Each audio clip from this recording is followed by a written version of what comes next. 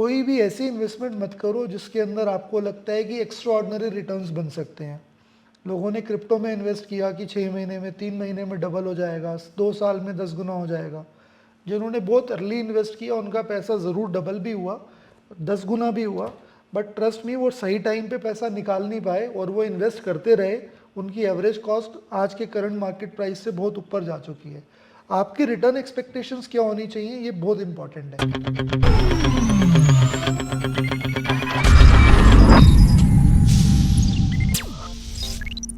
What are some of the top financial mistakes that people you know have made? सो दर्शन, मैं ना financial mistakes को topic wise bifurcate कर दूंगा। तो मैं इंश्योरेंस से स्टार्ट करूंगा। सो लाइफ इंश्योरेंस के अंदर टर्म इंश्योरेंस के अलावा कोई भी और इंश्योरेंस लेना वो एक मिस्टेक है। टर्म इंश्योरेंस के अंदर कोई भी फैंसी ऑप्शन लेना, return of premium, limited premium paying वाले ऑप्शंस लेना, वो एक मिस्टेक है। बहुत लंबे टाइम की टर्म इंश्योरेंस ले लेना वो भी एक मिस्टेक है। I have seen people 99 years तक का लाइफ इंश्योरेंस लेके कभी तो कुछ पैसा आएगा। कि कभी तो कुछ आएगा। उनको ये नहीं समझ में आता कि 50-60 साल के अंदर 1 करोड़ की वैल्यू चिल्लर की तरह रह जाएगी। वो इन्फ्लेशन का इम्पैक्ट नहीं समझ पाते। ये था लाइफ इंश्योरेंस का। हेल्थ इंश्योरेंस के अंदर जो सबसे बड़ी मिस्टेक है वो ये है कि सिर्फ और सिर्फ एम्प्लॉयर के हेल्थ इंश्योरेंस पे डिपेंडेंट रहना। उनको अपना एक हेल्थ इंश्योरेंस लेना ज़रूरी है, एक डिसेंट कवर का हेल्थ इंश्योरेंस लेना ज़रूरी है। आप ये मत देखो कि आज कितना हेल्थ इंश्योरेंस सफिशिएंट रहेगा। आप ये देखो 2, 4, 5, 7, 10 साल के बाद भी आपको उस नीड को फुलफिल करना है। तो अगर आज आपने 5 लाख का टर्म इंश्योरेंस हेल्थ इंश्योरेंस ले लिया और 2 साल के बाद आप सोचते हो 4 साल के बाद मैं बढ़ा लूँगा, बट अगर इन 4 सालों में आपको कुछ प्रॉब्लम हो गई है तो ऐसा नहीं है कि आप इंश्योरेंस कंपनी को पैसे दोगे और वो आपको आपका हेल्थ कवर बढ़ाने देगी। इंश्योरेंस को ग्रांटेड की तरह मत लो कि आप पैसे दोगे और कवर मिल जाएगा। बहुत बार हम क्लाइंट के प्रपोजल फिल करते हैं, लॉगिन करते हैं केस, और केस रिजेक्ट हो जाता है, हेल्थ इंश्योरेंस नहीं मिल पाता। बहुत बार क्या होता है, people come back after they are diagnosed with something. अरे मुझे कैंसर हो गया, अब ट्रीटमेंट कराना है, अब मैं हेल्थ इंश्योरेंस, ऐसे थोड़ी चलेगा यार। Health insurance is not charity. Correct. Health insurance is for profit industry. वो हेल्थ इंश्योरेंस इंडस्ट्री मतलब हेल्थ इंश्योरेंस कंपनी इसीलिए खुली है कि वो कुछ पैसे बना सके। आप ऐसे मत सोचो कि आप बहुत समझदार हो और जब कुछ प्रॉब्लम हो जाएगी मैं तब जाके रसीद कटवा लूँगा। नहीं मिलेगा इंश्योरेंस। इन्वेस्टमेंट साइड पे कोई मिस्टेक्स? इन्वेस्टमेंट साइट्स पे भी बहुत सारी मिस्टेक्स हैं।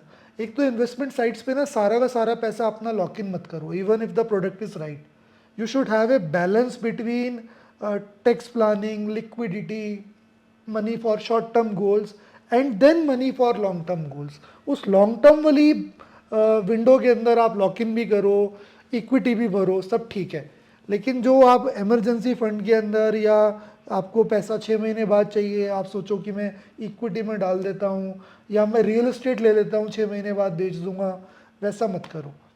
Brilliant. Neeraj, what are the top My money only mistakes made? mistake that I have seen people in their 20s making, कि आप जब पैसा कमाना शुरू करते हो, don't take advice from your parents.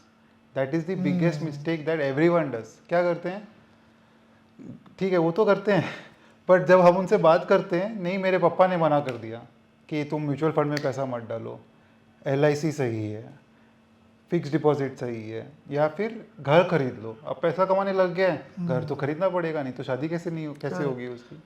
तो first thing, stop taking advice from your parents, right. Once you are old enough to make your own decisions, आप जब काम करते हो दिन भर, चाहे एम्प्लॉयमेंट हो या खुद का बिजनेस हो, आप अपने पेरेंट्स को जाके पूछते हो क्या, अच्छा मैं आज क्या करूं? नहीं पूछते ना।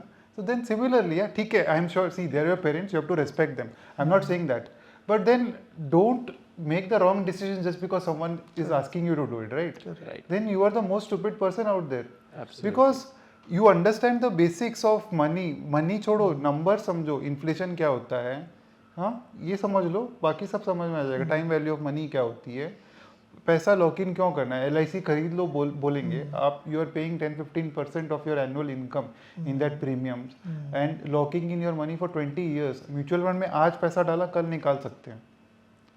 तो लिक्विडिटी को समझो, लिक्विडिटी की इंपॉर्टेंस बहुत ज़रूरी है। बिकॉज आप देखो एवरीवन, सब लोग फोकस करते हैं रियल एस्टेट पे, रियल एस्टेट में करोड़ों का रियल एस्टेट बना लो, बट पैसा तो लैंड ही है ना, you don't have that money in your bank, so you can't enjoy it, right? Money is meant to be enjoyed यार। तो ठीक है, रियल एस्टेट होना चाहिए, बस एक खुद का घर होना चाहिए, उसके ऊपर it makes no sense to me. कोई भी ऐसी इन्वेस्टमेंट मत करो जिसके अंदर आपको लगता है कि एक्स्ट्रा ऑर्डिनरी रिटर्न्स बन सकते हैं। लोगों ने क्रिप्टो में इन्वेस्ट किया कि 6 महीने में 3 महीने में डबल हो जाएगा, 2 साल में 10 गुना हो जाएगा।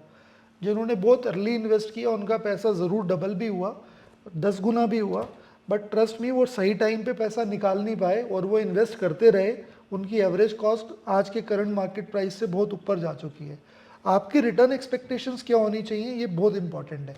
अगर आप किसी फिक्स्ड इनकम के अंदर इन्वेस्ट कर रहे हो, बैंक 7-8% दे रहा है, आप 8-8.5% निकाल पाओगे अगर आप कहीं कोई अच्छा आपको ऑप्शन मिल भी जाता है तो।